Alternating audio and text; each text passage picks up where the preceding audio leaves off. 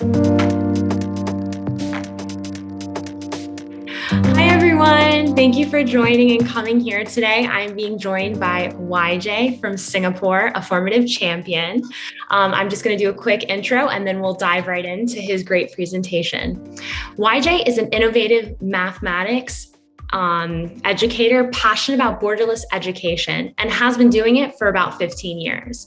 He has many different ed tech awards, starting with Ed Tech Trend Center in 2019, Google Certified Innovator Trainer, Google Educator Group Leader in Singapore, Nat Geo Certified Educator, and now Formative Champion. What drives him, may you ask? Is connecting with like-minded educators on a variety of different areas, pedagogical skills to revamp learning for the next generation and the future. This is a quote from him. Education is not just learning. It's about developing oneself to positively impact humanity. So now, before any further ado, I'd like to introduce you to YJ, and he's going to take it away. Okay. Hi. Thank you, Nicole, for the introduction. And a good day to everyone, wherever you are right now. For today, I will be talking about the teacher's talk and how we can actually, as teachers, learn from feedback. So why am I doing this? As you can see, blended learning has actually been a big part of our education system over here and in other parts of the world. So integrating the use of technology with our classroom learning has become imperative for students over the past few generations. And as everyone has experienced, the pandemic has actually put a toll on the learning for both teachers and students. So there has been a need to actually stop doing things the conventional way and to start looking at different ways to engage students, whether they be in the classroom, out of the classroom, or in other parts of the world. One other issue that I face is that at the upper secondary or in the middle and high school equivalent, things actually dry up. For young students and for elementary school students, we see a lot of tools out there, a lot of web-based games for students to learn. They are like funny little characters, they sing and dance. In the primary school, as they get older, the students get games to play, they can get points, they get skins, they get a lot of ways to actually have a high engagement in learning. But when they become 15 to 16-year-olds, which is the level where I am right now, everything actually dries out. There actually isn't much around out there for students because of curriculum or because of time or because students are growing up and they don't find such things cool anymore. But I don't think that should actually be the way. There actually should be other ways that students can still learn because after all, that's what they've been brought up with all these years. So the challenges that I've faced so far at the upper secondary level or in the middle and high school levels are this. For the assessment part, we do know that having a more technical and a more rigorous curriculum means that there are certain things that a multiple choice or true and false questions cannot evaluate anymore. There isn't a way that actually students can just kind of like guess their way through or just simply wing it, because there is simply too much abstract and advanced concepts for them to embrace. Another issue being time. And with more content in place and with less time in their lives, is it possible for us and for them to actually seek a compromise between the learning and the feedback that they get from learning? So this is where I'm heading with today. And at this point of time, I realized I've totally forgotten to introduce myself. I've been teaching upper secondary mathematics for the past 14 to 15 years. So I'm quite confident in and quite aware of the way that the curriculum has been changing over these few years. So for today, I'm going to show you how to create a Rubik's template for the mathematics. I will show how I actually grade the work in the classroom and how I give feedback to the students right there on the spot. And as a bonus tip, we all do know that rubrics guidelines are difficult to write. They are difficult to craft. You have different stages, you have different areas of and domains for evaluation, and you're trying to kind of like tweak your words to write things in a more comprehensive manner. So how can this be done without spending, like, let's say, half a day or 2 weeks just simply to write a rubrics? And is it possible to just create one straight from scratch? So this is the first part I'm going with today. I'm going to show you how I actually create a rubrics template in Go Formative. So if you can see from my screen here, this is an example of my Formative account. So what I'm going to do is I'm going to click on New Formative over here. And every time you click on New Formative, you create a new quiz. And with all new quizzes, when you click the plus sign, you get to describe the sort of question types that you want for your students in which you'll be evaluating them. So for today, I'm going to show something a little bit more difficult. I'm going to use a show your work type of question. And over here, you can see that there is a use rubric icon. So what I'm going to do is I'm just going to toggle this on. And this gives me my option to create a rubric straight from scratch, like so. So now that I'm in this rubrics option, I have a criterion title. So we could put anything over here as a title. So for simplicity, let's say something like sketching a graph.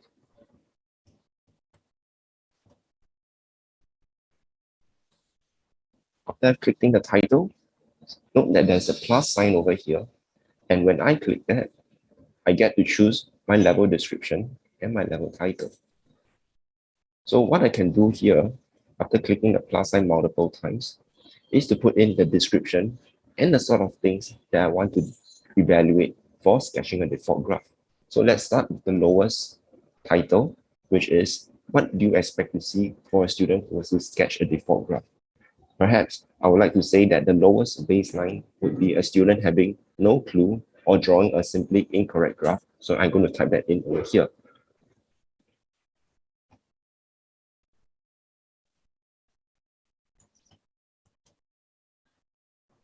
For an intermediate student, if I want to see their understanding on what the graph looks like, perhaps they have a default shape coming up, but it is not very well established. So perhaps something like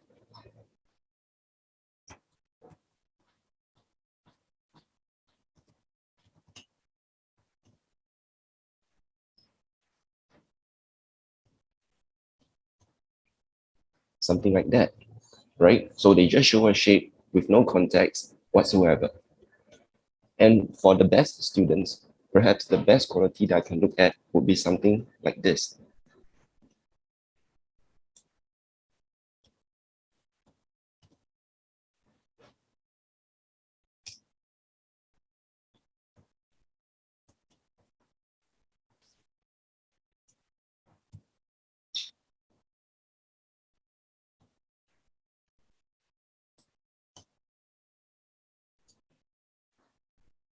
So this is one criterion that I have for simply looking at a default graph. And if I were to expand it downwards with this plus sign, I can have another criterion title. So in this case, I can have multiple things for which I would like to evaluate my students for. So I could have things like, for example,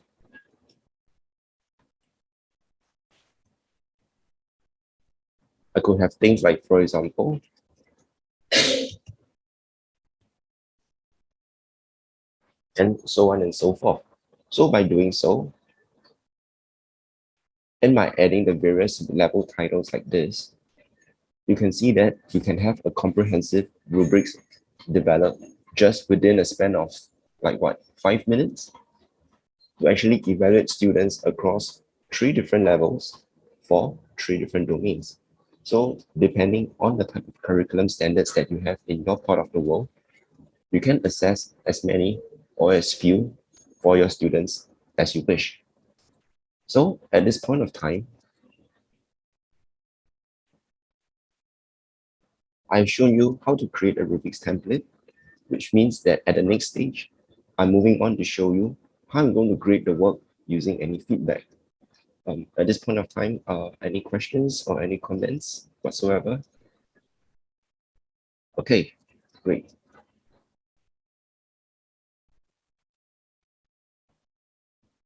So what I'm going to do now is to show you an example of the rubrics that I've done in class with my classes. with my students. So this is an example I call the logarithm and exponential graphs.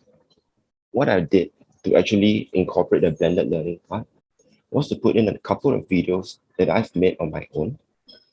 This were actually hacks and actually tricks on how we could actually sketch log and exponential graphs quickly. After I did that, I assessed my students for questions 1 and question 2 on how they actually sketch the graph based on their own understanding. I'm not going to show the whole video, but I'm just going to play a few fragments for you so that you have an idea of what sort of work my students are going to be showing me. So this trick that I have for sketching a graph requires students to look at the right palm of their hands. And if you look very closely at the fortune-telling lines of your right palm, you can actually see the exponential curve hidden right there. And the context of the exponential curve looks like that with respect to your x and y axis. For a logarithmic curve, it actually follows the other fortune-telling line on your right palm. And the context is that it looks like that with respect to your x and y axis. So that was the first trick that I showed my students. The second trick that I showed in this second video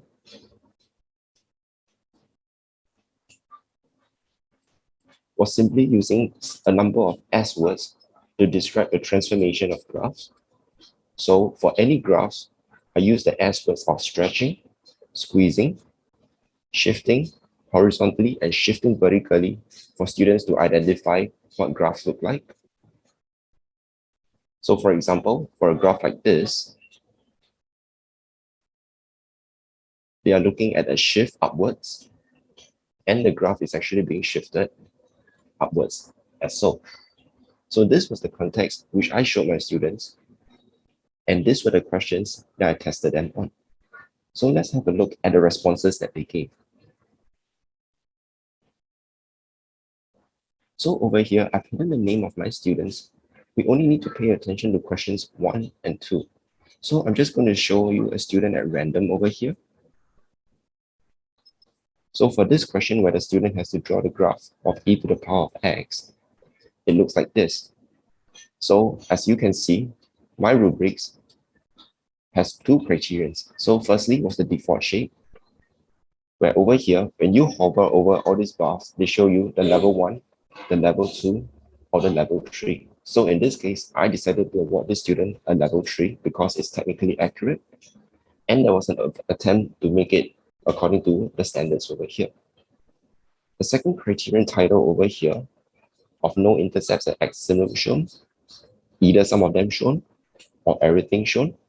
So in this case, I awarded this student 2 out of 3 and 3 out of 3. So this is an example of a student who did it better.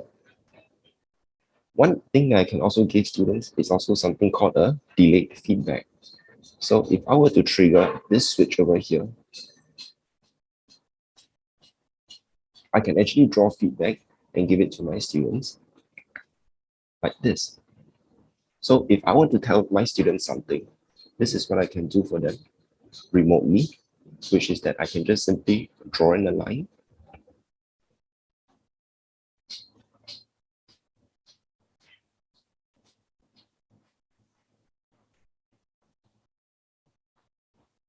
And I could be telling this student, hey, you forgot to label your asymptote like this.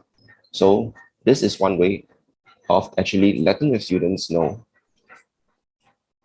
these are the things that you're looking out for them, right? So that's an example of a student who did it pretty well. Really, really quick.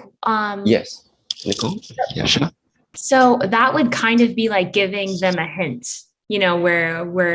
okay. So that's great. I love that. I wish I learned exponents from you. And in the hand, I didn't see that. I wish I learned that from my teacher back in the day.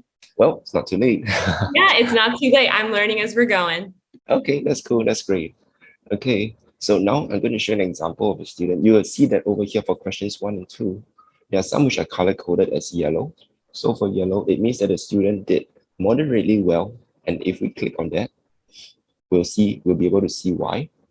So in this case, I realized that the student just drew a curve which was technically accurate, but did not make any attempts at all, which was why I graded him or her with a 1 out of 3 like this.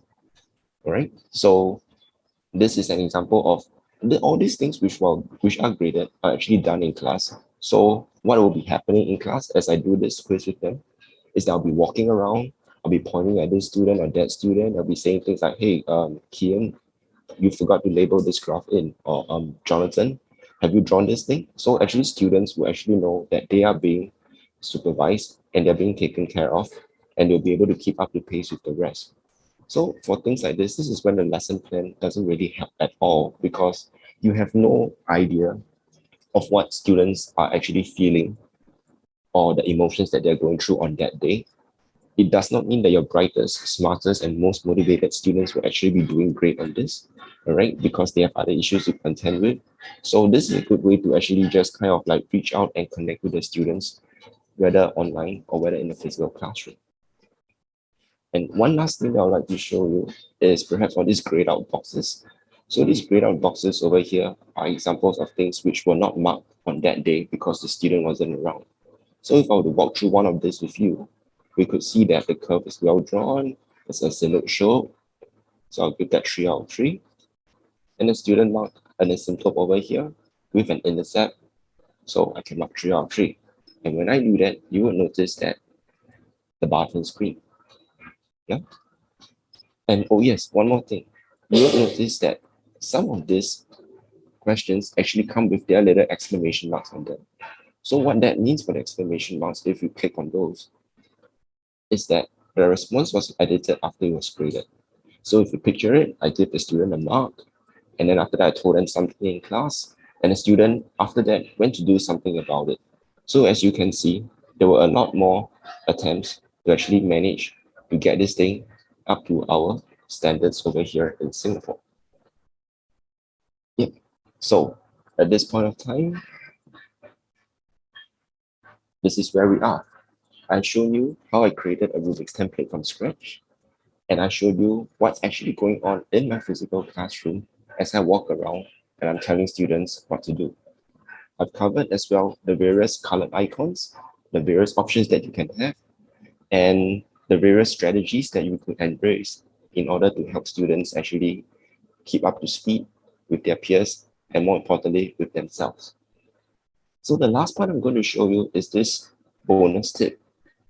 The bonus tip, as I promised you earlier on, was how can we create a Rubrics template from scratch?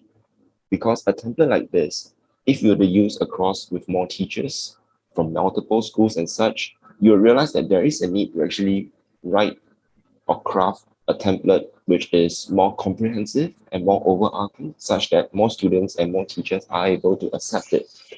But that's the challenging part, because that is actually going to give you like half a day or 1 day to actually get the words out really properly. So what I did was actually I used an external platform like this, which might be considered. So I used something called Rubystar if I were to want to create templates, Rubrics templates from scratch.